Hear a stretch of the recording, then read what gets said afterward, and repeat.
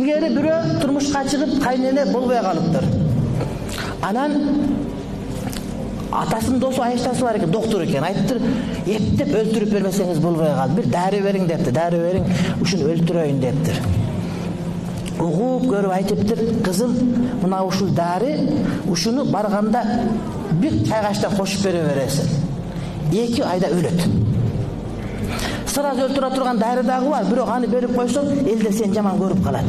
Ошого сен күнүгө бир качтан куясың, 2 айда кайнең өлөт иншалла. Анан жылгып жашай бересиң. Бирок элдер сенден күмөн кылбаш үчүн сен кайнеңе подход кылып, кошомат кылып жаша, элдер ой ынтымак болчу деп сенден ойлобосун. Кап түшүндүм, инструкцияны берип жөнөтүптүр.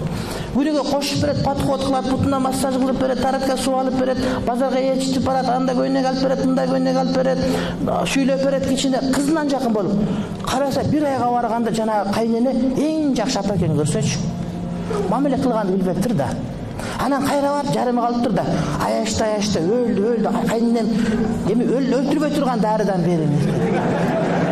Эмне болду? Мен жакшы мамиле кылсам, ал мага жакшы мамиле кылды. Мен кайненем жок, жашоон элестете албайм мен дейм. Мага жанагынын дарысын, тетир дарысын бериңиз. Айт ошол дары витамин дептир. Ал өлтүрбөйт. Сен болгону кайненеге мамиле кылганын билбейт элең, ошонун үчүн сен ушинтип айткан болчумун. Бар кайра бере бер, ол витамин дептир. Ошондой витаминден алып алат, жашай берет иншалла. Оңой эле маселе. Бир кемпирди алдай албасаң, анда сен бактылуу укугуң жок деген сөз.